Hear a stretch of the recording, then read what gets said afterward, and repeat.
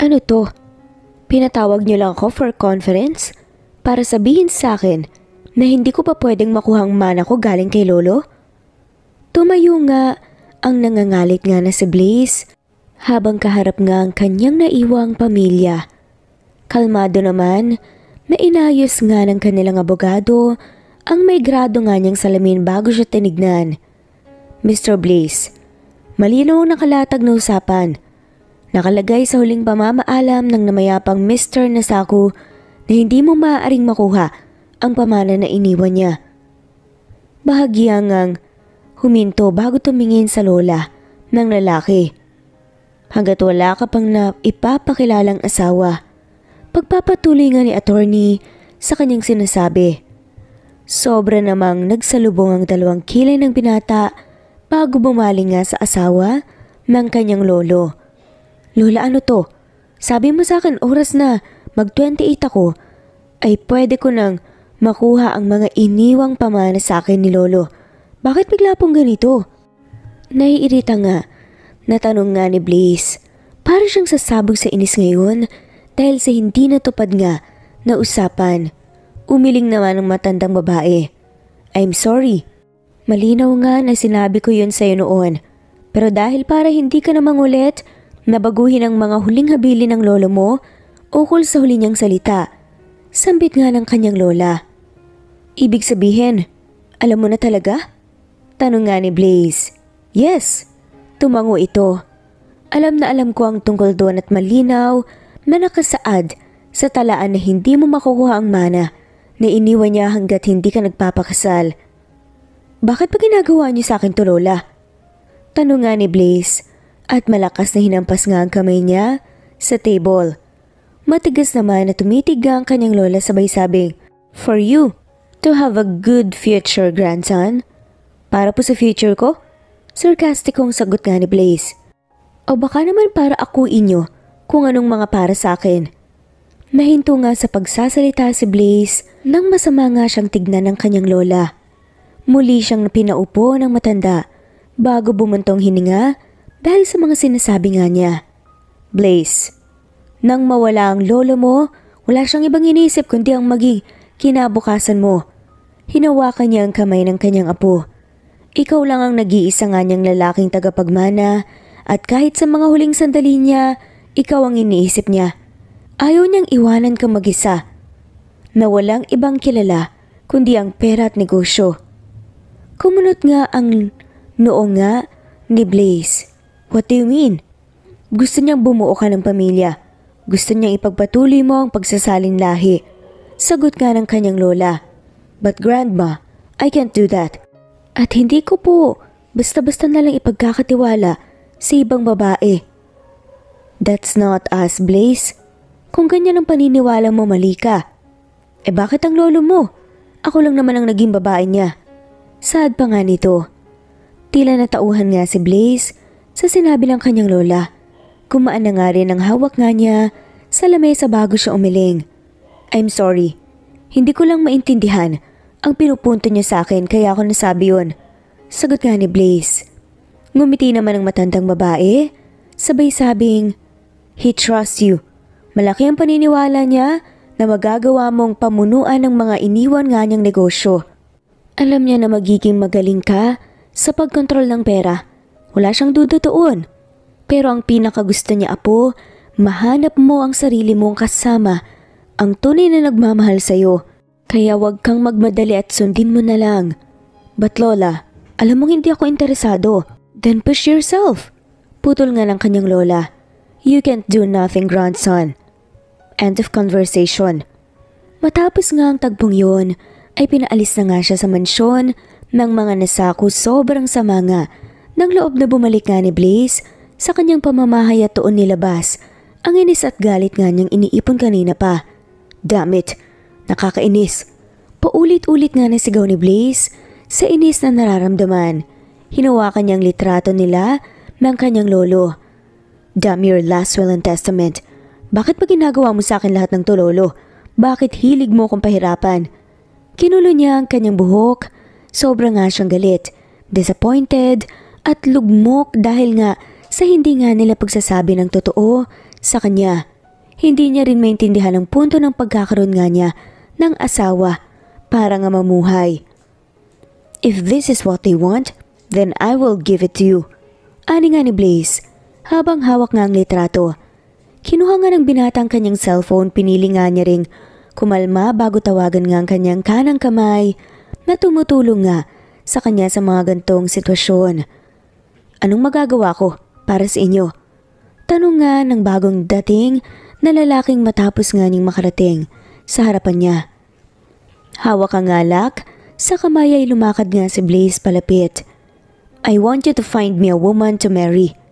Sambit nga ni Blaze sa seryosong boses. Agad namang nabuo ang pagtataka sa isip nga ng lalaking kanyang kausap. At sinabi pa nga ni Blaze na kung maaari ay ang mukhang pulubi daw na babae ang kanyang piliin. Pwede ko bang malaman kung para saan? Tsaka bakit gusto mo pa na mukhang pulubi? For my inheritance. Gusto ng chairman na magpakasal muna ako bago nga niya ibigay ang mana.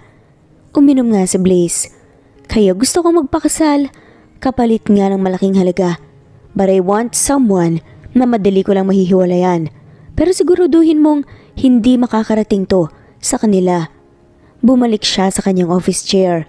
Agad namang nakuha nga ni Jerome ang sinasabi ni Blaze. May exact standard po ba kayo, sir? Basta, yung mukhang pulubi, okay na yon.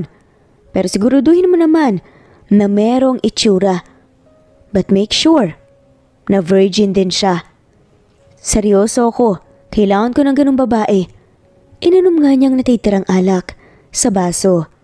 With the price of 20 million, understood? Tumalikod nga si Blaze bago lumakad nga sa harap ng salamin. Tinignan niya ang kanyang sarili habang iniisip ang mga bagay na nais nga niyang ipagawa. Pero wala nga siyang pakialam. Wala siyang pakialam kung tama ba ito o mali na. Sige po sir. Magalang nasaad nga ni Jerome. Tumango naman si Blaze bago nga ito pinaalis. At nang araw nga din na yun, nagsimula na nga maghanap si Jerome ng mga babae na alam nga niyang babagay nga kay Blaze. Naging maingat din siya sa mga ito hanggang sa makaipon na nga siya. Nandito na po sila sir. Sambit nga ni Jerome pagdating. Binitawan naman ni Blaze ang pinipirmahan. Papasukin mo sila. Isa-isang pumasok ang mga dalaga. Napakaseryoso naman ni Blaze matapos nga makita ang mga to. Mukha silang mga disente at galing sa medyo may kayang pamilya. Pero yun ang ayaw ni Blaze. What family are you from? Tanong kaagad nga ni Blaze sa mestisang babae habang sinisipat nga ito. Malandi pa nga itong umiti. C family, Mr. Nasaku. Naalala nga ito ni Blaze. Napangisi na nga lamang siya at napailing. Rejected. What? Tila gulat na sambit nga ni Mia. Nanlaki ang mata. I said rejected. Pag-uulit nga ni Blaze bago nga siya lumayo. Napahinga na nga lamang si Jerome dahil alam niya na mangyayari nga ito ngayon. Alam niyang tatanggi nga at tatanggi ang binata sa mga dinala niya. Rejected. Sa pang-anim na beses. Marami nang ang babae ang no-offend dahil doon pero wala nga siyang pakialam dahil higit na mas mahalaga ang prinsipyo niya para sa mga nais niya. Rejected again. Inaantok na nga niyang sambit. Naubos na nga ang mga babaeng dinala ni Jerome at wala man lamang sa mga itong nakakuha nga ng interes si Blaze. Binalingan naman siya ni Jerome. Out of 63 women, lahat failed and rejected. Napatango na nga lamang si Blaze bagong umiti. Hindi naman sa hindi niya gusto ang mga dinalang babae ni Jerome sa kanya. It just happened na wala nga siyang interes sa mga to at mas lalong wala siyang interes sa pakikipagrelasyon sa mga to. Hindi dahil sa choosy siya, kundi dahil alam niyang hindi siya mapapasaya ng mga to sa anuman. Humanap ka ulit. Di ba sinabi ko sa'yo na dapat mukhang mahirap, mukhang pulubi? Pero bakit ganun? Gusto ko yung masasabi nating mahirap yung mabilis kumagat. Mabagal yung instruction sa lalaki. Tahimtim naman na nakikinig si Jerome sa mga sinasabi nito sa kanya. Naiintindihan mo ba ang pinupunto ko, Jerome? Tumango si Jerome at muling nagpaalam na nga na aalis. Muli itong nagpakalat-kalat nga at pumunta sa iba't ibang probinsya para humanap muli ng babae. Sa kabilang dako naman ay may isang dalaga, ito ay si Valentin. Naabala nga sa paghahanap buhay. "Kalamay, puto! Sapin-sapin, banana cute ron!" Sigaw nga ng dalaga habang naglalakad nga. "Bili na kayo!" Masaya nga siyang naglalako habang nakapatong nga ang mga to sa kanyang ulo. Hindi alintana sa kanyang bigat na dala nga nito sa kanyang payat na katawan. "Kalamay, puto! Sapin-sapin!" Ulit nga niya at mas malakas pa nga at mas masigla. Naglalabasan naman ng mga mamimili at suki nga niya. Ang iba ay tinatawag na nga siya para bumili ng kanyang paninda. "Hay nako Valentin, wala pa din talagang pagbabago ang mga paninda mo, masasarap pa din," sabi nga ng babaeng namimili kay Valentin. Malambing naman na tumawa ang dalaga. "Syempre naman, Nanay Manarasing, may halo kasing pagmamahal yan." Sabay nga silang nagtawanan. Kumuha nga siya ng 3 hiwa ng kalamay at sapin-sapin bago nga yan binigay sa Ali. "Maraming salamat po." Pagpapasalamat na nga lamang ni Valentin bago nga niya muling ilagay sa ulo ang kanyang mga paninda. "Diyos ko, hindi ka ba napapagod at naiinitan?" Puna nga sa kanya ng isang kasama nga sa kanilang barangay. Sa kabila ng pamamawis nga ay nagawa nga niyang umiti. Walang pagod sa taong mukhang pera. Tumawa nga siya. Napailing naman ang babaeng kausap. "Sayang, ang ganda mo. Pani naman ganyan ang trabaho mo, ining. Hindi ka na nga nakakapagayos ng sarili mo eh." Anito at umiling naman siya bagong umiti.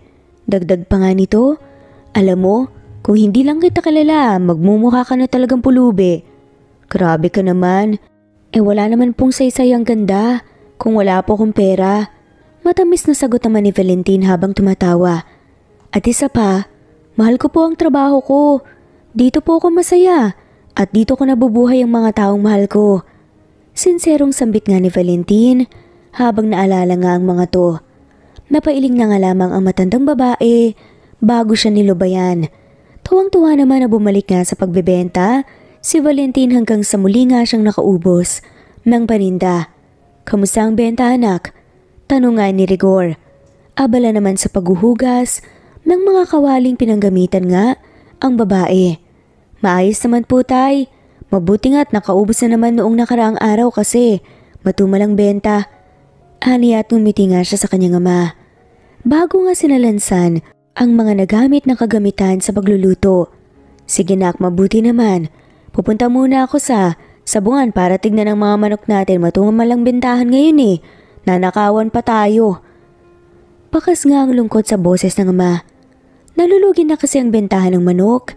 Kaya walang pamilian ang kanyang pamilya kundi ibenta ang mga alaga nila sa bagsak presyo. "Sige ho tay, ako na pong bahala kay nanay, magluluto na rin po ako ng panghapunan natin. Mag-ingat po kayo." Muling nagmano si Valentin sa ama bago nga hinayaan. Habang ginagawa nga ang mga gawaing bahay, ay may natanaw nga na lalaki si Valentin. Nakaupo ito sa malaking bato habang tila pagod na nga na umiinom ng tubig.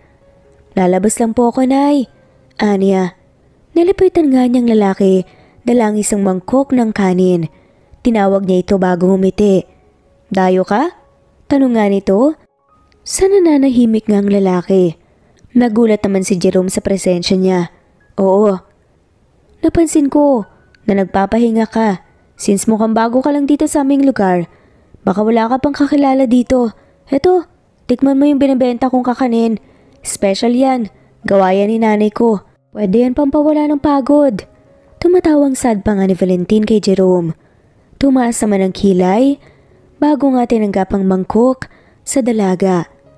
Napatitig nga rin siya sa mukha ni Valentin. "Dito ka ba nakatira?" tanong nga niya at kumain. Tinititigan nga rin niya ang dalaga bago naisip ang among si Blaze. "Heto, mukhang pulubi. Kahit hindi naman talaga pulubi. Pwede na siguro to. Sayang maganda pa naman." Sa isip-isip nga ni Jerome. Oo, bakit?" "Hindi ba mahirap ang buhay dito?" Formal na tanong nga niya. Ang tinutukoy kasi niya ay ang squatters area. Pero umiling naman si Valentin. Hindi, nasanay na kami. Tsaka okay na to, at least masaya naman. Namangha si Jerome matapos marinig kung paano magsalita ang babae. Punong-puno siya ng pag-asa at positivity. You studied? Tanong pa nga ni Jerome sa dalaga. Hanggang high school lang. Sagot naman ni Valentin. May trabaho ka ba? Pagbubukas nga ni Jerome sa usapan. Tinuro naman ni Valentin ang kalamay at kakanin na kanyang paninda. Nagtitinda ako ng mga kakanin. Tuwing Sabado at Linggo naman tumatanggap ako ng labada. Pagsagot niya rito, na animoy magaan na nga kaagad ang loob sa lalaki. Napangiti si Jerome. May alam akong trabaho na pwedeng i-offer sa'yo. Malaki ang kitaan. Makaka-asenso ka kaagad. Nakatitig nga siya ng seryoso sa mata ni Valentin. Nang marinig naman iyon ng babae, ay agad naman siyang napaisip. 20 million kapag pumayag ka. Saad nga ni Jerome. Sa sinabi ni Jerome ay agad nanlaki ang mga mata niya. 20 million? Gulat nga niyang anya. Seryoso ka ba? Hindi yan joke? Seryoso as in million? Tumawa nga si Jerome bago tumungo. Oo, makukuha mo ang 20 million after the deal. Seryoso niyang alok sa babae. Naging malalim naman ang pag-iisip ni Valentin bago lumayo at niyakap nga ang sarili. Ayoko. Matigas sa sambit nga ni Valentin. Kumunot naman ang noon ni Jerome. Hindi mo pa naman alam ang trabaho. Ayaw mo na kaagad? Basta, ayoko. Masyadong malaki ang sahod. Baka mamaya scam pa yan. Sasabihin mo bibigyan mo ako ng trabaho sa Manila o kaya sa Japan. Pero pagdating ko doon wala naman. Baka gawin mo pa akong pokpok kaya wag na lang. Malalim pa nga sa balon na imahinasyon nga ni Valentin bago umirap. Napamaang na nga lamang ng sobra si Jerome sa narinig niya. Hindi siya makapaniwalang tumingin sa dalaga bago siya malakas na tumawa na animoy nagbibiro ito sa kanya. Bakit ka tumatawa? Tanong nga ni Valentin. Wala, mukha ba akong bugaw? Tinitigan nga siya ng maigi ni Valentin. Hindi naman, mukha ka namang desente pero anong malay ko? Ganyan ang mga scammer, di ba? Maraming naloloko dahil sa maayos na itsura. Kaya no to scammers ako, no to budol, and no to sulsol. Saad pa nga nito. Mas lalong tumawa si Jerome sa mga narinig niya. Grabe, ngayon lang ako naka-encounter ng ganito. Sigurado ko matutuwa siyang master sa'yo. Bulong nga ni Jerome. Hindi naman masyadong narinig yon ni Valentin. Look woman, I may be a stranger, pero hindi kita sasaktan. O hindi ako gagawa ng ikapapahamak mo. Napadpad ako dito para mag-alok ng trabaho dahil naghahanap ang amo ko. Maayos siya makipag-usap. Mabait din kaya wala kang dapat ipag-alala. Paninigurado nga sa kanya ni Jerome. At may potential kang mapili. Kumunot nga lalo ang noo ni Valentin. Pero hindi mo ako ibebenta ha? Tanong nga ulit ni Valentin. Naniniguradong umiti nga si Jerome. Galing ako sa maayos at legit na company. Ito ang calling card ko. Kung hindi ka pa din sigurado, i-check mo na lang ang mga info dyan. Kinuha nga yan ni Valentin. Seryoso ba talaga yung 20 million? Seryosong seryoso, ma'am. Sagot pa nga ni Jerome. Babalik ako sa Manila after the day. Kapag nakapag-desisyon ka na, balikan mo ako dito. Sayang din. Huwag mo nang pakawalan pa dahil baka chance mo na para umasenso. Mabagal nga niyang sambit at inubos nga niyang kinakain bago siya nagpaalam kay Valentin at nagpasalamat muli. Pag-isipan mong maigi ang inaalok ko sa'yo. Ani nga ni Jerome bago siya mawala. Bumalik naman si Valentin sa kanyang mga ginagawa. Magpapabudol ba ako? Tanong nga niya habang nagwawalis nga ng bakuran. Sinampal niya ang kanyang sarili bago tumaliwas sa iniisip niya. Ngunit dumating ang gabi na may problema. Mas lalo nga silang nalulung at kailangan ng pera. Napakalaking pera. Huwag na po kayong mag-isip. Seryosong sambit ni Valentin. May alam po akong trabaho. Ako na pong bahala. Anak, sabi nga ng kanyang ina pero pinilit nga niyang umiti. May nagalok po sa akin ng trabaho sa Maynila. Pagtitiwala po ako doon para may pagkukunan tayo. Determinadong sambit ni Valentin sa pamilya. Nag-aalala ang mga to pero mas nag-aalala siya kung sakaling makukulong nga ang ama. At kinabukasan, ginawa nga ni Valentin ang sinabi niya. Pero pumunta muna siya sa isang bahay at may dinalaw. Kamusta na po siya? Nag-aalala nga niyang tanong habang siya'y nakadungaw sa bintana. Palala ng palala, iha. Napapadalas na rin ang pagsuka niya ng duko kaya mas lalo akong nababahala. Napabuntong hininga si Valentin. Pupunta po ako ng Maynila para magtrabaho, Nanay Ellie. Kapag nakasahod po ako, magpapadala din po ako sa inyo para pang-chemotherapy ni Nathan. Bumagsak nga ang luha niya bago tinignan ang binatang nakahiga. Bakit naman dadayo ka pa, anak? Tanong nga ng babae. Pinunasan niya ang kanyang luha. Kailangan po eh. Kapag hindi ko ginawa to, sigurado akong mauubos ang pamilya ko. At para din kay Nathan.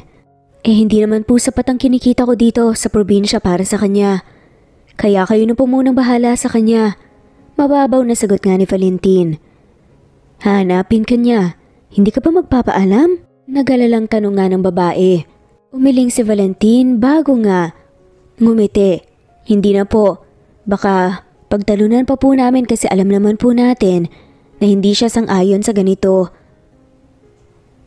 Diba? Kayo na lang po ang magpaliwanag sa kanya hanggat maaari. Malamlam at may lungkot nga nasambit ni Valentin. Sigurado ka na ba dyan, Valentin? Tanong nga ng ina ni Nathan. Tumango siya. Opo, buo na po ang loob ko. Pinakita niya muli ang kanyang tapang bago siya muling bumaling kay Nathan.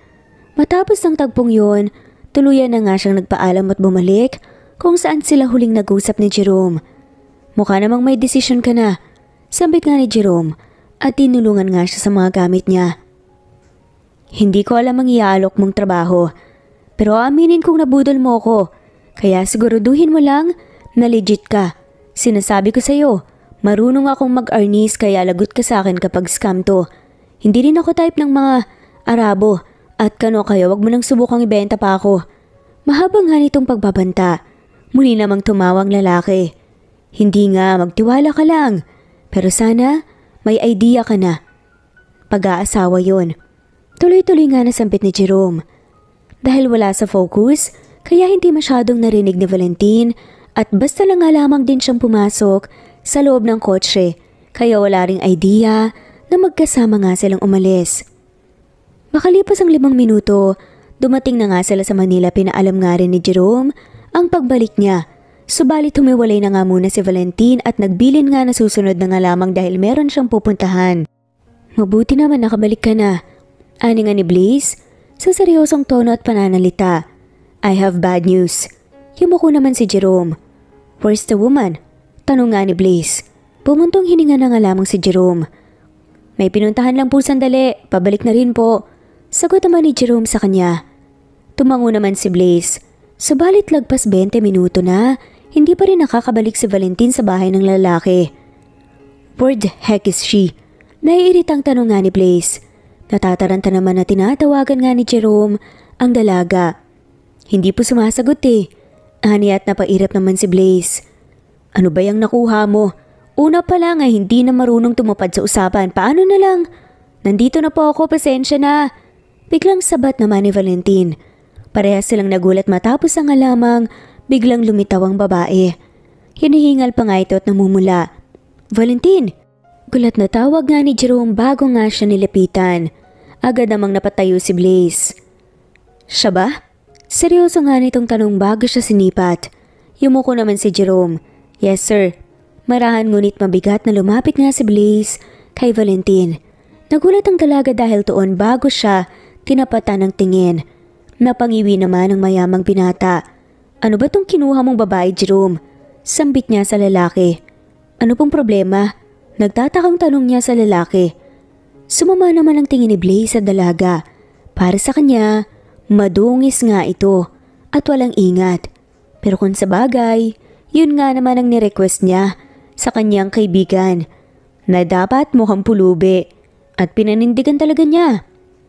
Hindi niyo po ba gusto? Tanong pa nga ni Jerome. Subalit, Mariin nga niyang tinitigan ng babae. Okay, I'll take her. Palihim na napangisingan si Jerome sa narinig. That's because I don't have any choice. Hinahanapan na ako nila lola at binigyan na ako ng taning. Kaya naman kahit hindi ko siya gusto, siya na lang. Ang dala mo ngayon, ang pwede kong gamitin. Siya ang pakakasalan ko. Malamig niyang sambit bago masamang tinignan si Valentin. Ang dalaga naman nagtaka. Anong sinasabi mo? Nagtatakang tanong nga ni Valentin sa binata. Parahas nga siyang tinignan. You will marry me. Umawang ang labi ni Valentin sa narinig. Ano? Kailangan ko ba talagang ulit-ulitin ang sinasabi ko, miss? Masungit niyang tanong. Hindi naman nagustuhan ni Valentin ang tono ng kanyang pananalita kaya agad nga siyang umalma. Kailangan po yan para maintindihan ko. Gusto kong malaman kung tama bang narinig ko. Sagot nga ni Valentin at masungit nga na tono ang kanyang ibinigay. Nakaramdam naman ng intimidation si Blaze sa babae. At first time to. Kaya tila namangha siya. What are you voice-mouthing? Ang sinasabi ko ay tungkol sa kasal. Kasal nating dalawa. Matipunong saad naman ni Blaze. Napapaypay naman si Valentin sa kanyang sarili. Kasal?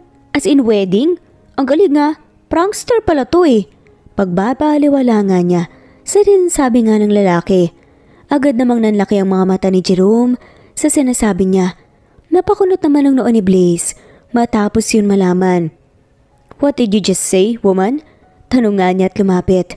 Tumawa naman si Valentin. Prank ba to ang kako? Anong prank? Takang tanong nga ni Blaze. Heto, anong kasal ba? Grabe naman po.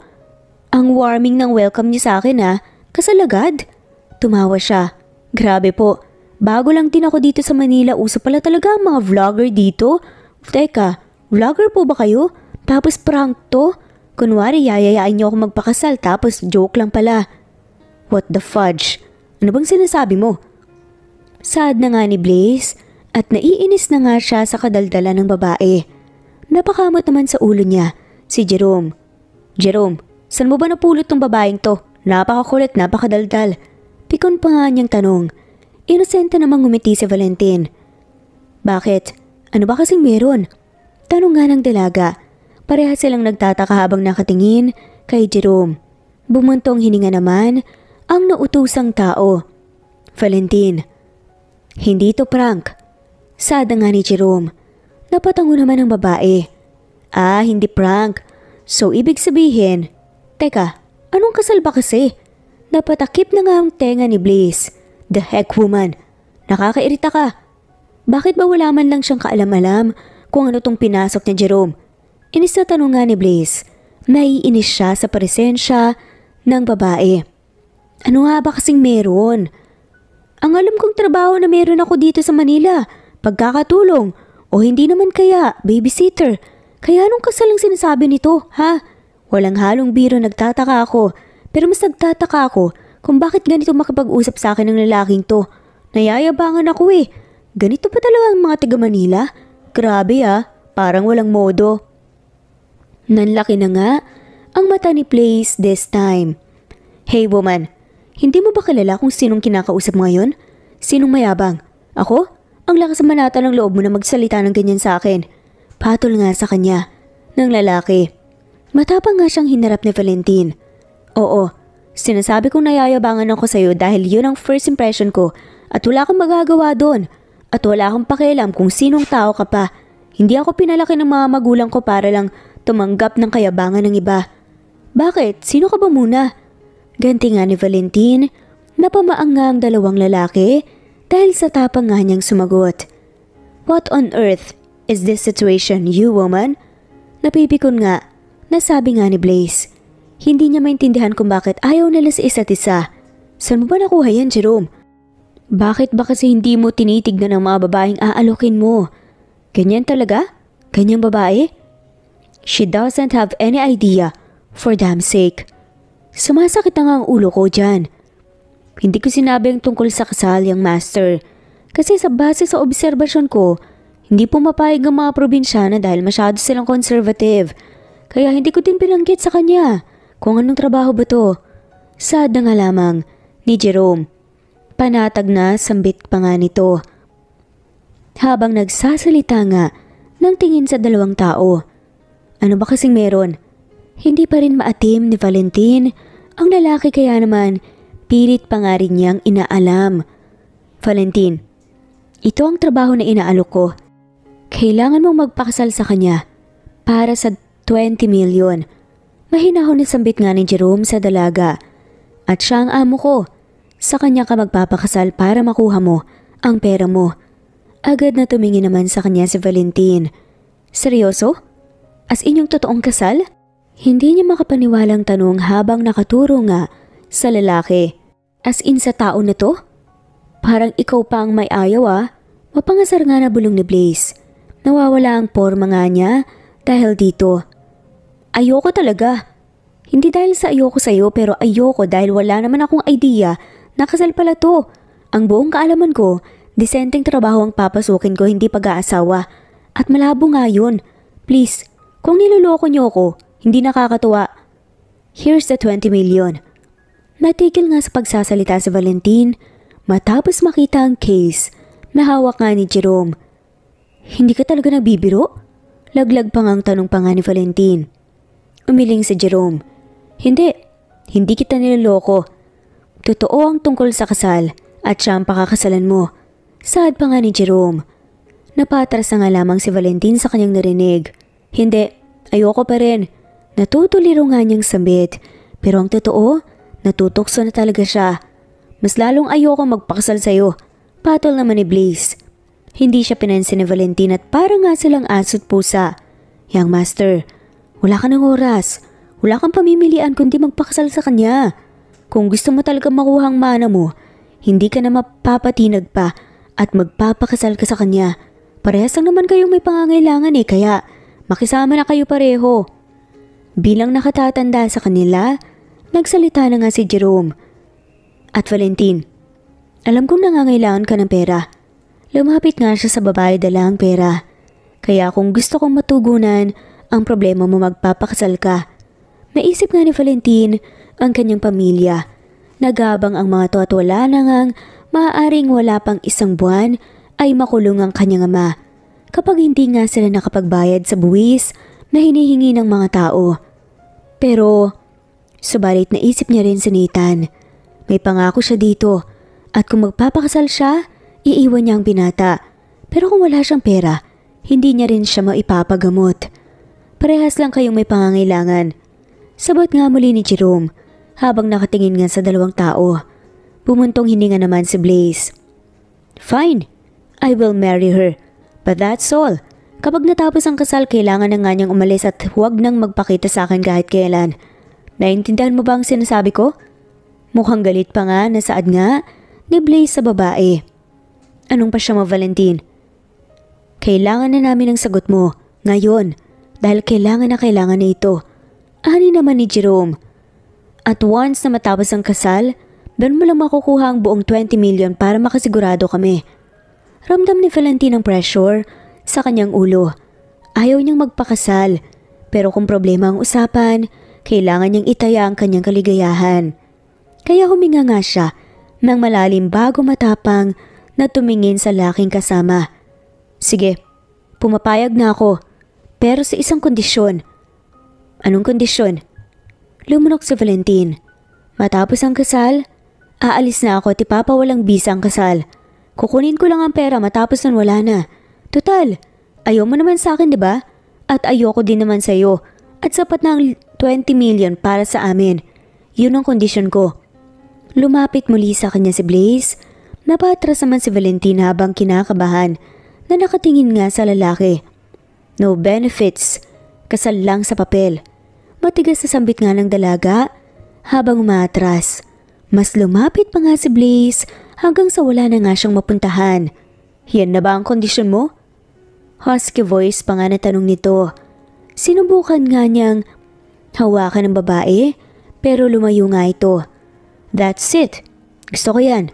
Bulong pa nga niya sa tenga nito. Napasinghap naman si Valentin bago siya tuluyang layuan ni Blaze. Bumalik ito sa imuikot nga na upuan habang nakangisi. Jerome, cancel all my schedule for the whole week. Kailangan ko mag-asikaso para sa magiging kasal ko. Desidido na ngang sambit ni Blaze habang malalim na nakatingin sa dalaga. Napalunok naman ito bago dali-daling lumabas ng opisina ng binata. Tama ba tong gagawin ko? Pagkalabas ay yun na nga kaagad ang natanong niya sa kanyang sarili. Hindi ka nag-iisip ng maayos, Valentin. Ano bang pinasok ko? Napasalampak naman siya at agad na nagtago nga. Malaki naman ang bahay kaya imposibleng mahuli pa nga siya rito. Pinasunod ako niyang master dito. Halos tumalon sa gulat nga si Valentin matapos nga niyang marinig yun. Ano ba yan? Sad na nga lamang ni Jerome. Pero napakunot noon naman si Valentin. Alam mo ikaw, scam ka. Tinuro nga niya si Jerome. Scam ka talaga eh. Sabi ko na nga ba, dapat talaga. Naniwala ako sa instinct ko na scammer ka. Tignan mo, hindi nga ako pokpok ngayon pero magiging asawa naman ng arugante na yon. Sad pa nga ni Valentin at napairap na nga lamang. Napailing na nga lamang si Jerome sa mga naririnig. Alam niya na wala kang matutuluyan kaya pinasabi niya sa akin na dumito ka na muna raw sa bahay niya. Sad na nga lamang niya. Ayoko nga. Agad na sa adaman ni Valentin. Kung ayaw mo, wala kang matutuluyan. Baka pagtripan ka pa ng mga tao sa labas lalo na at hindi ka pa naman pamilyar sa syudad. Ikaw din. Concerned lang naman siya sa'yo. Oo na. Nangungonsensya ka pa eh.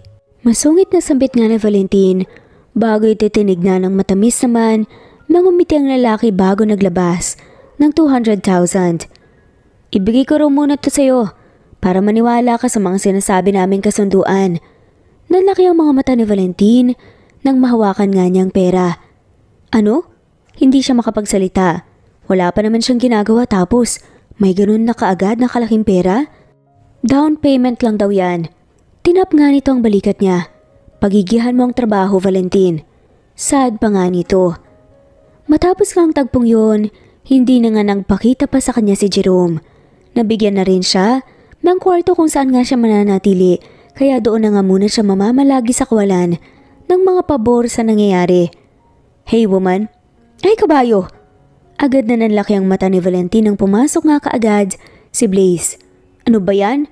Bakit ba kasi hindi ka marunong kumatok? Paano na lang kung nakahubad ako dito edi nakita mo na kaagad yung mga tinatago ko. Diyos ko naman, manong kumatok ka muna. Walang paawat na sigaw nga ng madaldal na babae. Tumaas naman ang kilay ni Blaze bago pabalagbag na nilapag nga ang mga paper bag sa higaan ng babae. First of all, bahay ko to at hindi nakalak ang pinto mo kaya kasalanan ko bang nakapasok agad ako? Haniya, tumaas naman ang kilay ni Valentin. Kahit na nakalak yan o hindi, mali pa rin na basta-basta ka nalang pumapasok sa kwarto ng babae. Mamaya may makita ka pa na hindi mo dapat makita. E di nakalamang ka na naman. You're so talkative. Nakakairita ang boses mo. Inis naturan nga ng lalaki bago nga siya tinignan. Pumunta ako dito para makipag-usap sa'yo. Kung naiinis ka sa akin, isang tabi mo muna dahil kagaya mo. Ganon din ang gagawin ko. Listen to me. Mariing utos nga ni Blaze. Napalunok ang babae. We need to get married as soon as possible. Aniya sa malamig nga at masamyong tono. Bukas. Bukas? Tanong nga ni Valentin sa gulat na tono. Yes, bukas. Sagot naman ni Blaze. Bukas? Pag-uulit nga ng babae. Yes. As in bukas na talaga? Pangungulit pa nga nito. Napakunot noon na nga talaga si Blaze. Magiging paulit-ulit ba talaga tayo dito? Natameme na nga lamang ang babae dahil sa pagalit nga nitong tanong. What? Itanong mo na ang mga gusto mong itanong para masagot ko na. Iritableng saad nga ni Blaze. Huminga naman ng malalim si Valentin. Bukas tayo ikaka. Sinamaan na nga siya ng tingin talaga ng lalaki. Ano ba?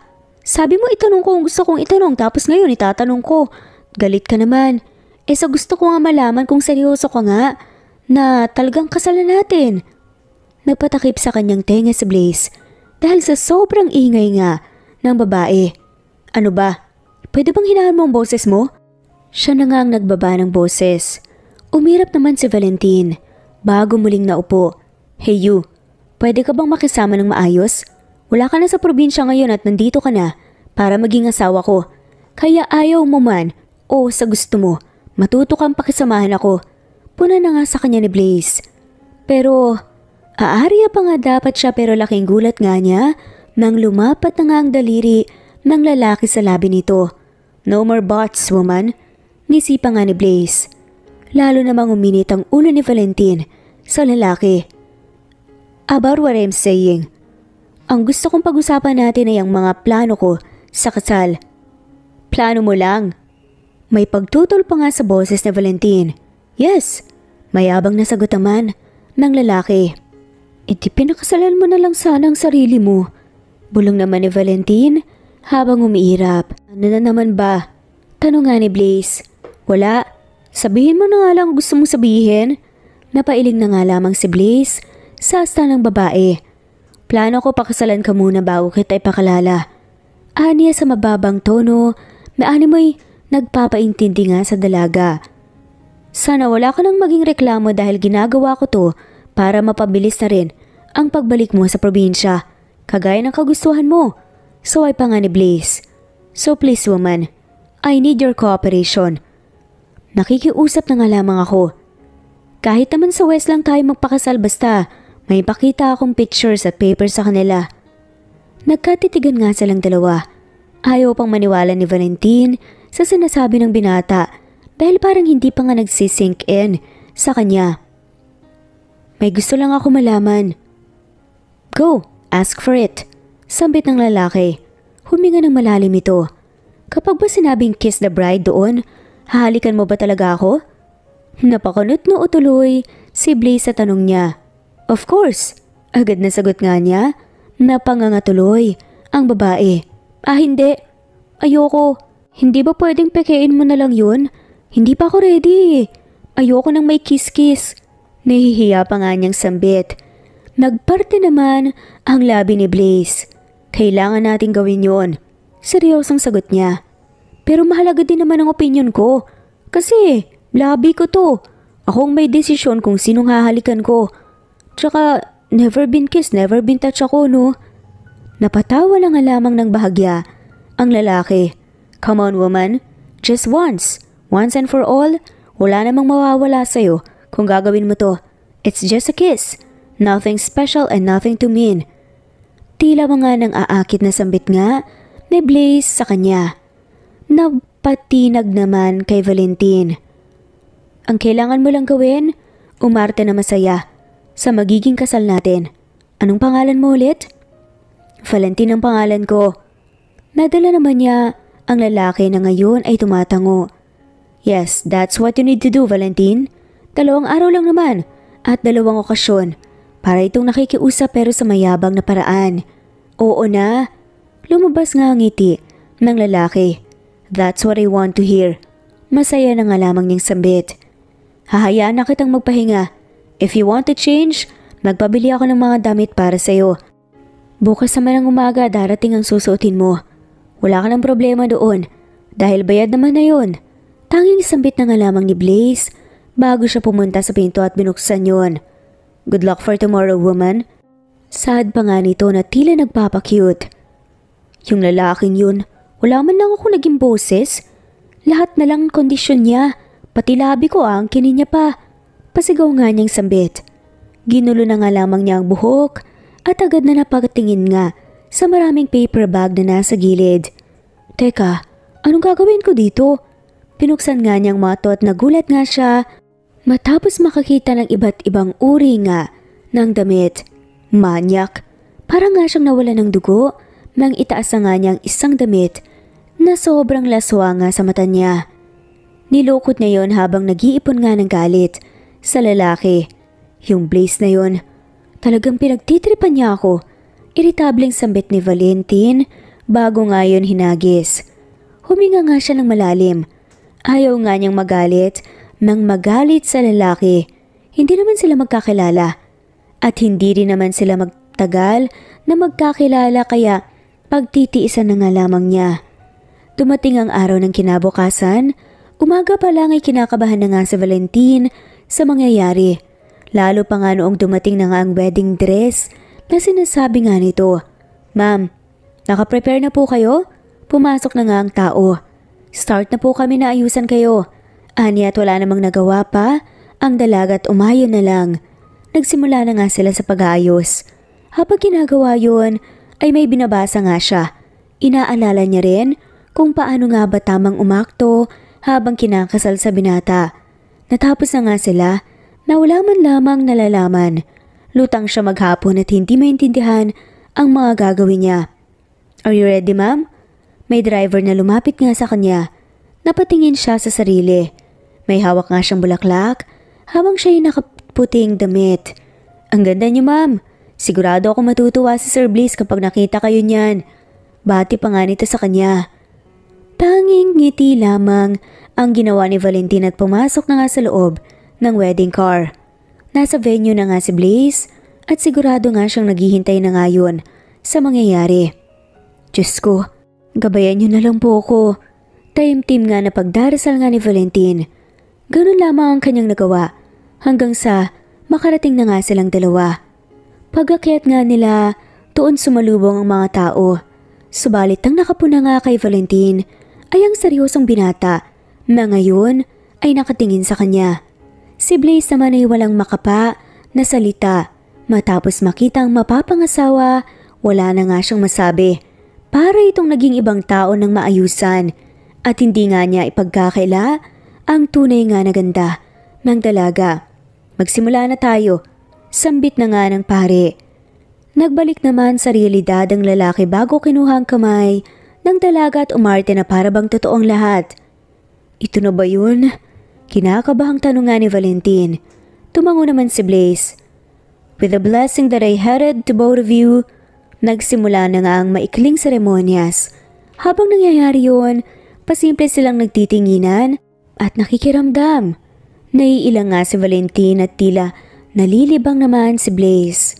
You may now kiss the bride. Doon nanlaki ang mata ng dalaga. Umikot nga si Blaze bago nga siya tinignan. Pero naging mabilis ang binata. Ramdam nga niya ang bagal nga nitong kumilos, pero ang marahang paglapat nga ng labi nito ay hindi inaasahan. At parang mawawala na nga ng hininga si Valentin sa ginawa ng lalaki sa kanya. Sa sobrang gulat, napapikit na nga lamang siya at napakapit nga sa dibdib ng kanyang asawa. Congrats! Bati nga ng mga nakakita. Namumula naman na lumayo si Valentin at agad na umiwas nga sa binata. Let's go? Ani nga ni Blaze. Nang matapos nga ang kasal, hinawakan nga niya ang kamay ng babae bago siya pinapasok sa sasakyan. Ayos ka lang ba? Tanong nga niya rito. Tuliro pa rin si Valentin.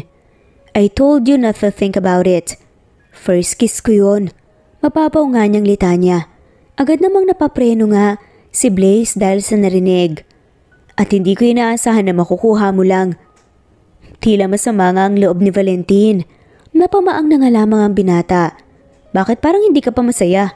Tanong nga niya sa babae. Pumatak nga ang luha nito sa inis. Hindi talaga ako masaya, no? Paano ka sasaya kung impacto ang nakakuha ng first kiss mo? Gulat na ani naman ni Blaze. Hey, anong sabi mo? Hey woman, wag ka nga ang ingay mo. Humiga si Valentin sa sasakyan at tinakpan na nga lamang ang tenga niya. Hindi naman makapaniwala ang lalaki habang pinapanood ang makulit na babae. Ilang minuto lang din, nawalan na nga ito ng malay. Hoy babae, makipag-usap ka muna sa akin. Utos nga ni Blaze at sinipat pa nga ito. Nakatulog na kaagad. Ibang klase talagang babae ito. Sad pa nga ni Blaze. You're really unbelievable. Pagkatapos nga nun, hininto muna niyang sasakyan bago hinubad ang kanyang coat at pinatong nga yun sa katawan ng babae. Nairaos nga nila ang unang araw ng kanilang kasal na wala namang kahit na anong nangaganap. Normal na araw nga lamang liban lang nang dumating nga ang kinabukasan. Where this woman? Naglapag nga ng damit si Blaze. May pangalan ako, okay? Tawagin mo na lang ako sa pangalan ko, pwede ba yun? Ano na naman yan? Masungit na tanong nga ng babae. Pwede bang pakitunguhan mo ako ng maayos? Iritableng tanong naman ni Blaze. Tignan mo na lang. Kinuha naman ni Valentin ang binibigay niya. May dress sa loob nun. Sa loob ng bag, merong isang maliit na box. Binuksan nga rin niya ito at bumungad sa kanya ang kumikinang na kwintas na may malaking diamante sa loob. Para saan to? Tanong ni Valentin. Wala lang. Nagkibit-balikat naman ng lalaki. Bumalik na nga lamang siya. Hindi ako nagsusuot ng ganito. Ibigay mo na lang sa iba. Bumilog nga ang mga mata ni Blaze sa sinabi niya. Hey woman, I mean Valentin, hindi mo ba alam kung magkano yan? Minsan lang ako magbigay ng ganyan kaya tanggapin mo. Sinabi ko ba kasing bilhan mo ko ng ganyan? Mayabang na tumayo nga sa Valentin at lumapit nga sa kanya. Hindi ko kailangan yan. Ang gusto ko lang ay matapos ang araw na to para makaalis na ako dito. Naiintindihan mo ba? Lumapit na nga rin sa kanya si Blaze. Ngayon ay halos magkadikit na nga ang kanilang mga katawan. Kung gusto mong matapos to ng maayos, makisama ka. Aalis ka na. Ikaw ang nagsabi. So take whatever I give. Although ginagawa ko naman to para lumabas na mag-asawa talaga tayo. Kung ayaw mo, edi wag. Kumuyom na nga lamang ang kamay ni Blaze at nakipagtitigan naman si Valentin. Naanimoy sinusubok nga ang lalaki. Basta, gusto ko suot mo yan mamaya. My family loves a woman with elegance. So act like one. Be classy. Tumalikod na nga ang lalaki sa asawa bago palihim nang umisi. Umamba naman ang suntok sa Valentin. Siguraduhin mo lang na hindi ako kakainin ng buhay ng pamilya mo Pagbabanta pa nga nito, kaya napatawa ng bahagya si Blaze. Kinakabahan ka? Humarap muli si Blaze. Nag-iwas naman ang tingin si Valentin. Siyempre, iba naman ang pamilya mo no? Mayamang pamilya kayo kaya siguradong. Don't be. Nakagat nga ni Valentin ang dila niya nang hawakan ni Blaze ang baba niya. Nagulat siya doon at hindi nakainda. Don't be scared. Hindi ka nila kakainin ng buhay. Paninigurado nga niya sa mababang boses. Hinaplos niya ang mukha ng asawa bago siya umiling. Hindi na nga muling nakapagsalita pa si Valentin hanggang sa bitawan nga siya ng lalaki. Umalis na nga ito sa kwarto. Siya naman ay napahawak nga sa kanyang mukha. Ang init ng kamay nito ang naaalala nga niya na humahaplos sa kanyang balat. Kalma Valentin, huwag kang magpapadala sa mokong na yon. Pinagtitripan ka lang noon dahil aalis ka na mamaya. Pagkausap nga niya sa kanyang sarili bago umiling. Matapos nun, naghanda na nga si Valentin para sa kanilang pag-alis. Muli nga siyang sinundo ng asawa. Are you fine? Tanong nga niya. Lumabas siya sa dressing room. Ayos lang. Tanong nga ni Valentin kay Blaze at tinignan nga niyang sarili. Napalunok naman si Blaze sa ayos ng asawa. Absolutely. Pulong nga niya. Kakaibang ganda nito para sa kanyang mga mata. Ano? Inis agad na tanong nga ni Valentin. Bulong ng bulong parang tanga. Saad pa nga nito. Ang pagkamangha na nararamdaman niya na wala dahil sa sinabi ng babae. Absolutely ugly. Kahit anong maging ayos mo, hindi ka talaga gaganda no? Kabaliktaran yun sa tunay nga na nakikita nga ni Blaze. Napairap na nga lamang si Valentin. E di sana, hindi ako ang ginawa mong asawa. Hayaan mo, lasang mo na to Pagtiisan mo na ang pagmumukha ko at pagtitiisan ko rin yang sayo, lalo ng ugali mo. Umalis ka nga dyan, naasiwa na naman ako sayo. Tinulak nga ni Blaze bago niya kinuha ang heels. Pero umiikli nga ang damit niya, kaya lumapit nga si Blaze. Hayaan mo akong gawin to para sa'yo. Seryosong sambit ni Blaze habang nakatingin nga sa kanya. Ano? Ang alin? Hinawakan nga niya ang balikat bago siya pilit na pinaupo. Matapos noon kinuha nga niya ang paa ng asawa bago marahang sinuot ang heels na binili niya. Anong ginagawa mo? Nagtatakang tanong nga ni Valentin pero hindi sumagot ang lalaki. At seryoso lang sa ginagawa. Bigla ay kumabog nga ang dibdib ni Valentin. Unang beses niya lang maramdaman yun at kay Blaze pa. This suits you well. Totoong papuri nga niya. Ngumiti naman si Valentin. Thank you. Pero ang pangit ng paa mo. Tinapon nga ni Blaze ang paa niya. Tumayo na rin siya at pinagpag ang pants niya. Sumama na talaga ng tuluyan ang mood ni Valentin. Hindi niya rin maintindihan kung bakit ba inis na inis nga siya sa lalaki. Matapos ang tagpong yun, sabay na nga silang umalis. Nagbabangayan pa rin sila, pero nang makatungtong na nga sila sa bakuran ng mga nasaku, ay nagkasundo silang manahimik na nga lamang at umaktong maayos nga sila na mag-asawa. Everyone, Mom, Dad, especially you, Grandma. This is Valentine, my lovely wife. Bumilis nga ang kabog ng dibdib ni Valentine habang pinapakilala nga siya sa buong pamilya. Valentine, honey, tinignan siya nito. Sila ang pamilya ko, pamilya na natin. Saad pa nga nito, mas lalong naghuramentado nga ang puso nga ng babae sa kaba. Si Blaze naman ay kinakabahan rin pero hindi pinahalata. Piniga niya ang kamay ni Valentine. Yumuko naman ang babae bago pinilit ng umiti sa kanila. Magandang umaga po. I'm happy to meet you all. Saad nga ni Valentine. Nagkatinginan ng buong pamilya ni Blaze. May asawa ka na? Tanong pa nga ng nanay niya. As you can see, Mom. Nakangiti namang pakilala nga ni Blaze. Sumimangot naman ang kanyang kapatid. Kailan ka kinasal? Bakit wala naman kaming alam? Mahalaga pa ba kung kailan? Pasensya na kung sinikreto ko ang pagkakaroon namin ng relasyon. Pero si Lola na ang nagsabi, I should be happy and make my own family. Pumunta na nga siya sa matanda at bumati nga at tinitigan naman siya nito. That's good then. Ani pa nga ng matanda bago nga tinignan ng babae. Nice to meet you, Iha. Nahihiya naman na tumagon nga si Valentine. Nice to meet you rin po. Tara sa dining table first. Kumain na muna tayo. Paanyaya nga ng matanda na natili namang tinignan nga ito subalit sa huli, nasunod nga ang sinasabi ng nakatatanda. So, kinasal ka na pala at wala man lamang kaming natanggap na invitation? Tanong nga muli ng nanay ni Blaze habang nasa hapag. We are your prime family tapos wala man lang kaming alam. Nakasal ka na pala sa babaeng hindi naman natin kilala. Yes siya. Nanaway naman at tulad ng kanyang ama.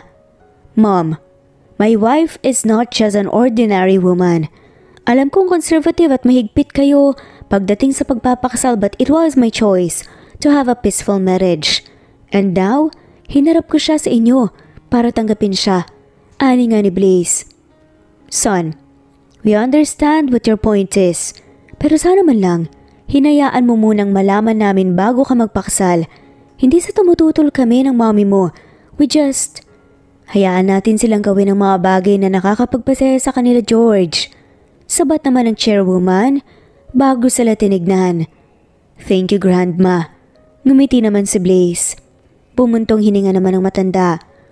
We're not going to ask few questions about your marriage pero kung totoo ngang kasal kayo, kailan nyo naman balak magkaroon ng mga anak? Biglang napaupo nga si Valentine matapos marinig nga ang sinabi ng matanda. Lola naman. Pinilit nga ni Blaze ngumiti. Lola naman masyado pang maaga. You're my only grandson at sa'yo lang nakasalalay ang pagkalat ng apelyido natin. At mukha namang masigla ang pangangatawan ng asawa mo. Kaya sigurado akong makakapag-produce kayo ng kahit ilang anak. But many is better. Mga 4 o 5 sana. Hindi na nga magawang makalunok pa ni Valentine. Nakukurot na nga rin niya si Blaze. Nangingiwi na nga rin sa sinasabi ng pamilya.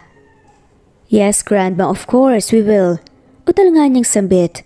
Nagsesenyasan silang dalawa. 5 anak kakayanin, maghintay lang po kayo. Peke pa nga siyang tumawa. Di ba, honey? Tanong pa nga niya kay Valentine at pinanlakihan nga niya ito ng mata. Peke namang tumawa si Valentine. Opo. Malawak na napangiti ang chairwoman ng pamilya. That's good to hear. Kailangan this August may laman na yan ha. Tumatanda na kayo. Huwag na kayong magpatumpik-tumpik pa. Napalunok nga si Valentine. By August, impossible naman yun dahil maghihiwalay na nga sila mamaya. Okay, fine. I will accept your marriage. Tumingin sila sa nanay nga ni Blaze bagong mete. Pero sa isang kondisyon. Ano po yun, Mom? Tanong ni Blaze. You will let us see you live in the same roof. Para makumbinsi niyo akong nagpakasal talaga kayo at totoong may relasyon. Hahayaan niyo kaming makita na nagsasama talaga kayo sa loob ng 6 na buwan. Matigas sa sambit pa nga ng nanay ni Blaze sa kanila. Tuluyan na ngang nawala ng dugo ang dalawa. Ano? Usal nga ni Blaze sa gulat. That's a good idea. Pumalakpak pa nga ang chairwoman. Kapag nairaos nyo ang 6 na buwang pagsasama din, pwede mo nang makuha ang pamana mo, Blaze. Basta, magawa niyong magsama ng 6 na buwan. What? Gulat niyang Anya. Wala na tayong pag-uusapan pa. Nagkibit balikat nga ang matanda bago tumawa. Wala naman problema doon. Mag-asawa naman kayo. Natural lang na magsama kayo sa iisang bubong, di ba, ng matagal. Binalingan nga nito ng tingin si Valentin. Lumulutang na nga ang isip niya. Kaya kung gusto mong makuha ang mana mo, tapusin mo ang 6 na buwan. Tila natapos na nga ang usapan dahil doon. Para namang pinagbagsakan ng langit at lupa si Blaze hanggang sa makabalik na nga silang dalawa sa sarili nilang tahanan. Ano nang gagawin natin ngayon, Valentin? Tanong nga ni Blaze. Tumayo naman si Valentin. Hindi ko alam. Uuwi na ako sa probinsya namin. Nasaan na ang 20 million ko? What? Tumaas nga ang kilay nito. Aalis ka na? Oo. Bakit yun naman talaga ang usapan natin, di ba? Sad naman ang babae. Naipakilala mo na ako. Pwede na akong umalis. Ginawa ko na yung part ko kaya alis na ako. Kinuha nga niya ang bag niya pero agad nga siyang pinigilan ng lalaki. You can't do that. Hindi mo ako pwedeng iwan. Sad naman ni Blaze. Ano? Nagugulo ang ani nga ng babae. I mean, hindi ka pa pwedeng umalis. Narinig mo naman ang sinabi ng pamilya ko, di ba? Pumuntong hininga si Valentin bago nga siya hinarap. Hindi ko na problema ang problema mo, Blaze. Ang usapan ay usapan. Kaya ibigay mo na sa akin ang pera dahil may paggagamitan pa ako. Marami pa akong kailangan gawin sa buhay ko. Bukod pa rito. Please, kahit tapusin lang natin ang 6 na buwan. I'm begging you to stay. Dadagdagan ko ang pera mo. Pakiusap pa nga ng lalaki at nanlaki ang mata ni Valentin. Para itong nagmamakaawa kaya naman parang nanlambot ang tuhod niya sa nakita. May naghihintay pa sa akin sa probinsya. Saad naman ng babae. Hahayaan kitang umuwi. Basta babalik ka pa rin sa akin. Please, kahit 6 na buwan lang. Kailangan ko lang makuha ang mana ko. Please, Valentin. Humigpit nga ang hawak ni Blaze sa kamay ng babae. Hindi naman siya magawang titigan nga nito pero iniisip nga niyang offer. I promise that I will not touch you. Hindi ako gagawa ng kung ano man kung yun naman ang kinababahala mo. Hindi. Hindi ko naman naisip ang gagawin mong yan. Away niya sa lalaki. Nakahinga naman ito ng maluwag. So what's your plan? Tanong nga ni Blaze sa dalaga. Hindi ako sigurado pero kung tutupad ka sa mga sinabi mo baka pumayag ako. Pero hahayaan mo kong umuwi. Sa totoo lang, naawa siya kay Blaze kaya siya na nga ang napa-oo. Really? Gulat na reaksyon nga ni Blaze. Tanging pagtango na nga lamang ang binigay nga ni Valentin bilang kasagutan sa binatang kasama. Thank you very much. Hinila nga siya nito at niyakap nga. Nanlaki naman ang kanyang mga mata, ngunit sa huli ay maliit naman siyang napangiti at niyakap din ng binata. I'm sorry, nadala lang ako. Sad na nga lamang ni Blaze at tumatawa. Napatitig naman sa kanya si Valentin. Ito ang unang pagkakataon na makita nga niya ang pagtawa ng lalaki. Nagsimula na nga ang ganitong setup nilang dalawa. Ilang linggo na nga rin silang nagsasama at nagsisimulang magkakilanlan. Tatabi ka ba sa akin matulog ngayon? Inaantok nga na tanong ni Blaze. Tinignan niya ang asawa at ngumiti. Nagkibit balikat naman si Valentin. Yun ang kailangan gawin ngayon. Nandiyan ang kapatid mo. So expect mo na magkatabi tayong matulog. Mahinang tumawang lalaki. Sa sagot niya, hindi naman yun ang unang beses. Pero ilalagay ko pa rin to ah. Kinuha nga nitong 2 unan at nilagay nga sa gitna nila. Matapos noon nakahiga na nga si Valentin sa kanyang tabi. Bakit hanggang ngayon? Parang aloof ka pa rin sa akin. Tanong nga ni Blaze. Hindi niya makita nga ang babae dahil sa unan. Panong aloof? Hindi naman ganun ang pakiramdam ko ah. Para kang dumidistansya. I don't want to be dramatic. Pero gusto kong malaman ang totoo. Ganun ka ba talaga kagalit para layuan mo ko ng ganito? Tumawa nga si Valentin sa narinig. Hindi naman sa ganun. Pero syempre, gusto pa kita makilala. Alam mo naman na panay tayo away, diba? Maldita ka kasi. Napairap na nga lamang si Valentin. But what if dumating yung time na kaya natin totohanin to? Biglang tanong nga ni Blaze. Ang alin? Nagtatakang tanong naman ni Valentin sa kanya. Tung relasyon natin bilang mag-asawa. Sagot nga ni Blaze. Tumawa naman ang babae. Alam mo, imposible yan. Bakit naman? Hindi ako ang mga tipo mong babae at hindi tayo pwede. Mayaman ka, mahirap lang ako. Sagot nga nito. It doesn't matter. Tanging sagot nga ng lalaki. Wala namang imposible. Lalo na kung gusto mo na talagang totohanin. Baliw. Tumawa lang si Valentin. Feeling ko tuloy may gusto ka na sa akin eh. Grabe 4 weeks pa lang. Hindi sumagot si Blaze. Sasambit nga ng babae. Pero pakiramdam ko talaga, hindi tayo pwede. Yun na lamang ang nasabi nga ni Valentin bago bumagsak ang mga mata niya dahil sa antok. Then I'll make it happen. Tugon nga ni Blaze pero hindi na nga yun narinig ni Valentin. Kinabukasan ay unang nagising nga si Valentin. Lumaki sa bilog ang kanyang mga mata matapos makita na nakayakap nga siya sa lalaki. Wala na nga ang unan sa pagitan nila at lahat ng yun ay nasa paanan nga nilang dalawa. Hala, ano nangyari? Bulong nga ni Valentin. Marahan nga siyang bumangon bago tinignan ng binata. Ang lamig. Kinuha nga niya ang remote at hininaan nga ang aircon. Matapos noon ay hinila na nga niyang blanket at tinabon yun sa katawan ng lalaki. Bumaba na nga rin siya upang gumawa ng umagahan. Naroon nga ang kapatid ni Blaze na agad nga ding nagpaalam. What's that smell? Ilang minuto ay bumaba na nga rin ang lalaki.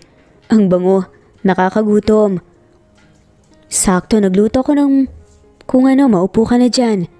Nagluto ka na naman? Good morning. Tumayo nga si Blaze para tumulong nga sa paghahanda. Good mood ka ata. Ngumiti ka agad si Valentin bago nga siya inilingan. Masaya lang. Makikita ko na ulit sila tatay eh. Ani nga ni Valentin. Masaya namang napatingin nga si Blaze bago siya tinanguan. That's it? Tanong nga niya. Nanlamig siya matapos nga nilang magkabanggaan. Gusto mo ba'y hatid kita? Naku, wag na. Masyadong malayo eh. Sagot ni Valentin habang inaabot nga ang cereal sa taas. Ilang araw ka doon? Si Blaze na nga ang kumuha noon para sa babae pero pagharap nga nito ay ang pagtama nga ng mukha niya sa dibdib ni Blaze. Nagulat doon ang lalaki at walang malay na napahawak nga sa kanyang bewang para alalayan ang balanse nga ng babae. Nahihiyang sambit naman ni Valentin habang nauutal. Salamat. 3 araw lang naman. Uuwi din ako kaagad. Nagkatitigan ng dalawa. May kakaibang init na naramdaman si Blaze habang malapit nga ang dalaga sa kanya. Blaze. Tawag pansin nga sa kanya ni Valentin. Doon siya natauhan at nagmamadali nga siyang nilayuan. That's good then. Pinilit ngang umayos si Blaze. Magsabi ka na lang kung uuwi ka na para masundo kita. Nakangiting tumango naman ang dalaga bago ngumiti. Thank you, Blaze. Aniya habang nakangiti.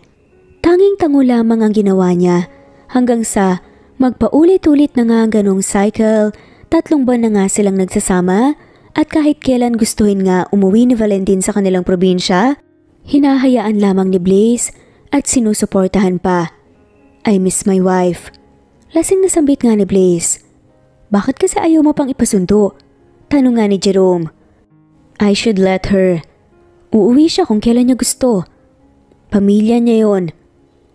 Pero hindi ka man lang niya ina-update. Asawa ka niya, young master, kaya pwede mo siyang pauwiin. Mag-asawa lang naman kami sa papel. Alam mo yan, may sarili siyang buhay na nasa labas ako at ayoko siyang masakal. Baka umalis lang yun kahit hindi pa nabubuo ang 6 na buwan. Inis na nga natura ni Blaze bago nga muling uminom. Alam mo, may gusto ka na ba sa kanya? Hindi naman nakasagot si Blaze. Pero tumango siya sa dulo. I don't know this feeling. Pero simula nang makilala ko siya, nang malalim, pakiramdam ko gusto ko na siya. Ayoko siyang mawala. Ayokong matapos ang kontrata. Lasing siya pero alam nga niya ang sinasabi niya. Napangiti naman si Jerome sa nalaman. Pero mukhang hindi naman kami parehas ang nararamdaman. Pahabol naman ng lalaki. Hindi naman ganun ang nakikita ko, yung master. Nakainom na nga si Jerome at ganun din ang sinasabi. Hanggang sa lumalim na nga ang gabi. Siya na lamang mag-isa kaya wala nga sa sarili niyang tinawagan nga ang babae. Valentine, pick up the call. Ani pa nga ni Blaze. Pero nakailang ring pa nga ito bago nga may sumagot ng tawag. Hello? Sino to? Nawala ang tama ng alak kay Blaze matapos marinig nga ang boses ng isang lalaki. Kumunot ang noo niya. Ikaw, sino ka? Ako ang naunang magtanong. Bakit tawag ka ng tawag sa girlfriend ko? Dis oras na ng gabi. Tila na estatwa nga si Blaze sa kanyang narinig. Hindi siya nakapag-react basta na nga lamang pinatay ang tawag. Ano yung narinig ko? Walang pag-asang sambit ni Blaze. Sinipa pa nga niyang higaan bago siya sumalampak. Nakakainis talaga. Yun na nga lamang ang nagawa ni Blaze habang nagwawala. Nasasaktan siya dahil mahal niya ang babae. Mahal na niya ang babae. Pero mukhang imposible nga dahil meron pala itong kasintahan na ngayon lang niya nalaman. Dumating din naman ang araw ng pag-uwi ni Valentine kinabukasan. Pero nagtaka siya matapos makita nga na makalat ang bahay. Blaze? Tawag niya dito. Maraming bote ang nagkalat. Please, nasan ka? Nag-aalalang tanong nga ni Valentine. Agad siyang umakyat sa kwarto. Nakabukas nga ang pinto at doon niya natagpuan ang tulog na binata. Blaze, uminom ka na naman ba? Lumapit nga siya rito. Kinapa niya ang lalaki para gisingin pero laking gulat nga niya nang maramdaman ang init ng lalaki. Nilalagnat ka! Nag-aalalang sambit nga nito. Ano ba kasing pinaggagawa mo at napakagulo dito? Diyos ko! Nag-aalala nga niyang tinignan ng asawa. Wala itong malay, kaya malaya nga niyang natititigan nga ang mukha ni Blaze. Bakit umuwi ka pa? Tanong nga ni Blaze. Nahinto nga sa paglalakad si Valentine. Kumuha kasi siya ng basang panyo para sana ipahid sa lalaki. Pinilit niyang bumangon habang masamang nakatingin sa babae. Bakit umuwi ka pa? Sana hindi ka na lang umuwi. Kumunot ang noo ni Valentine. Ano bang sinasabi mo? Kaya ba imposible na maging tayo, Valentine? Mas lalong nabuhay nga ang pagtataka sa dalaga. Pinilit namang tumayo ni Blaze, kaya agad na tumugon nga ang dalaga at yumakap nga sa bewang niya. Pero lumayo ito. You have a boyfriend. Nanigas nga si Valentine sa narinig. Sana hindi ka na lang umuwi. Niloloko mo lang ako. Ano pang sinasabi mo? Lasing ka lang. Umiling nga ng marahas si Blaze. Pilit niyang lumalayo. Pero ayaw nga siyang pakawalan nito. Bakit hindi mo sinabi sa akin na meron ka? Boyfriend, ha? Nag-crack ang boses nga ni Blaze. Hindi alam ni Valentine ang gagawin. Kaya siguro hindi mo ako magawang mahalin. Blaze, hindi yun ganoon. Mariin niyang sambit. Pinuupo niyang binata bago nga siyang umiti. Saan mo pa nasagap yung balita na may boyfriend ako, ha? Tinignan nga siya nito ng diretsyo. Tinawagan kita kagabi. Pero lalaking sumagot. Ang sabi niya boyfriend mo raw siya. Nasasaktan nga si Blaze habang sinasabi yon. May tama pa nga siya ng alak. Biglang tumawa si Valentine. Sa tingin ko si Nathan ang nakausap mo kagabi. Sa kanila kasi ako natulog para bantayan siya. Pero nagkakamali ka. Hindi ko boyfriend si Nathan. Kaibigan ko lang siya. Matalik na kaibigan. Na nagalit sa akin dahil wala siyang kaalam-alam na kinasal na ako rito sa Manila. Tumatawang paliwanag ni Valentine sa lalaki. Hindi niya inaasahan na aakto nga ng ganito si Blaze. Para namang natauhan nga siya sa babae. Unti-unting lumuwag nga ang pagkakahawak niya dito. He's not your boyfriend? Tanong nga muli ni Blaze. Umiling ang natatawang dalaga. Wala akong boyfriend. Tsaka hindi ko gagawin yon hanggat kasal tayo. Pekeng kasal man to o hindi, dapat pa rin kitang irespeto. Mababaw na sambit nga ni Valentine. Nanahimik naman ang lalaki. So gusto mo ako? Tanong nga ni Valentine. Pinamulhan naman siya ng mukha bago marahang tumango. Ayoko nang pahabain pa to. Matapang na saad nga ni Blaze at tinignan ng babae bago nga siya seryosong hinawakan. Tumayo rin siya. I want a chance. I want a real relationship with you. Ang sinabi nga niyang yun ang nagpakabog sa dibdib ni Valentin. Umiwas ito ng tingin pero hinuli nga siya ng lalaki. Even if you want it or not. Matapos ngang sabihin niya ni Blaze, agad niyang hinalikan ng labi ng dalaga. Nabigla naman si Valentin, ngunit sa huli ay humawak nga siya sa lalaki at tumugon sa halik na binibigay nga nito sa kanya. Please, sandali. Tinulak nga siya ni Valentin. Hinihingal nga siyang lumayo bagong umiti. I love you. Sagot nga ni Valentin at nanlaki naman ang mata niya. Subukan natin. Subukan nating dalawa. Nabuhay nga ang natutulog na pagkatao ni Blaze sa narinig niya galing sa asawa. Para bang bago lamang ang salita na yun sa pandinig niya. Sa sobrang saya niya, hindi na nga niya napigilan pangyakapin ito at magsisigaw. Minahal kita, bago mo gawin Valentin. Pumatak ang luha ni Blaze habang yakap nga ang babae. Hindi rin naman inaasahan yun ni Valentin kaya sa sagaran ay tumango nga siya at pinagbigyan ng lalaki. Halos 4 na buwan din siyang pinagsikapan nga ni Blaze hanggang sa dumating na nga ang tamang pagkakataon. Tapusin na natin to. Sampit ni Valentin habang magkatabi sila. Bumangon si Blaze. Anong ibig mong sabihin? Umiling si Valentin. You're planning to stop and leave now? Why? May nagawa ba akong mali? May hindi ka ba nagustuhan? Gumawa na tayo ng totoong pamilya. Seryosong sabit ni Valentin sa kanya. Umikot nga siya sa higaan nga niya bago nga kinuha. Maging totoong pamilya na tayo, Blaze. Unti-unting kinuha ni Valentin ang kanyang mga kamay at doon nga bumungad ang kulay nga na puti na pregnancy test. You're pregnant? Hindi makapaniwalang tanong ni Blaze. Naiiyak naman na tumango ang babae. Hindi alam ni Blaze ang gagawin. Noong una nagulat din ako pero ngayon, meron na. Magiging totoo na tayo. Pumikit si Valentin. Pumatak nga ang luha ni Blaze bago hinalikan ng noo niya. Thank you very much. Niyakap niya ang babae habang hawak nga ang tiyan nito. Ngayon natupad na talaga ang pangarap ko ni Lolo. May sarili na akong pamilya. At syempre, ang pangarap ko. Niyakap din siya ni Valentin. At sigurado akong masayang masaya siya para sa'yo kasi hindi na lang pagpapanggap ang ginagawa mo. Naging totoo ka. Magiging totoo tayo. Sambit nga ni Valentin. Thank you so much, honey. I love this gift so much. Niyakap nga niya ng mahigpit ang babae. Magpapaksaluit tayo bago ka manganak. At this time totoo na. Iharap kita sa Diyos at sa maraming tao. Ipangangalanda ka natin na magkakapamilya na tayo. Paulit-ulit nga niyang hinahalikan sa noo at tanong nga ni Valentin, sigurado ka? Habang naiiyak, wala nang mas sigurado pa Valentin. Sagot nga nito sa kanya, I love you and I will marry you again and again. Marahang naglapat nga ang labi nilang dalawa. Masyado mang naging mabilis at madali ang pangyayari ngunit para sa kanila, hindi nga basehan ng oras at plano dahil naniniwala nga silang dalawa na ang mga bagay na hindi mo inaasahan ay siyang mas madalas na dadating sa'yo at dumating sila sa isa't isa sa pagkakataong hindi nila nalalaman.